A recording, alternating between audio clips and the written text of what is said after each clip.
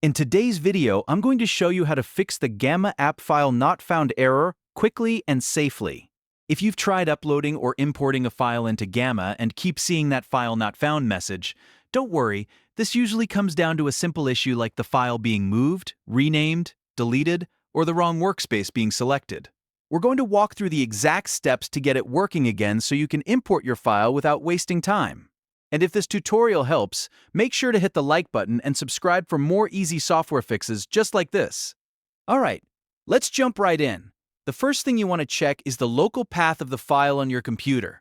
If Gamma is trying to upload a file from your device, but that file was moved to another folder, renamed, or deleted after the upload process started, Gamma can no longer find it.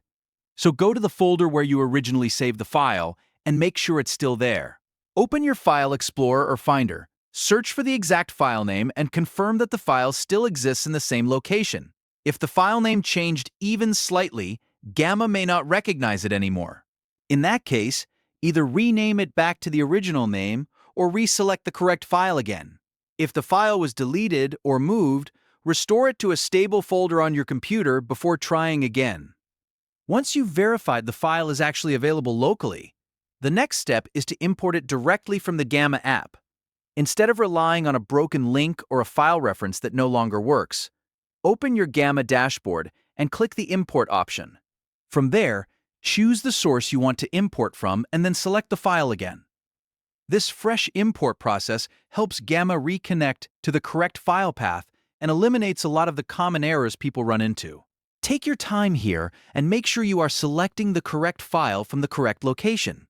If Gamma gives you multiple import options, choose the one that matches where your file is stored, whether that's on your device or another connected source.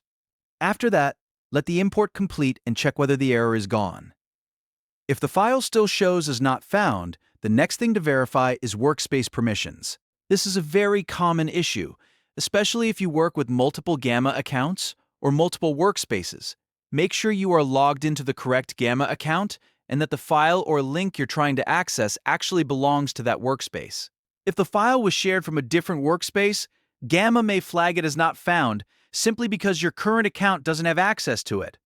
Log out if needed, then sign back in with the account that owns the file.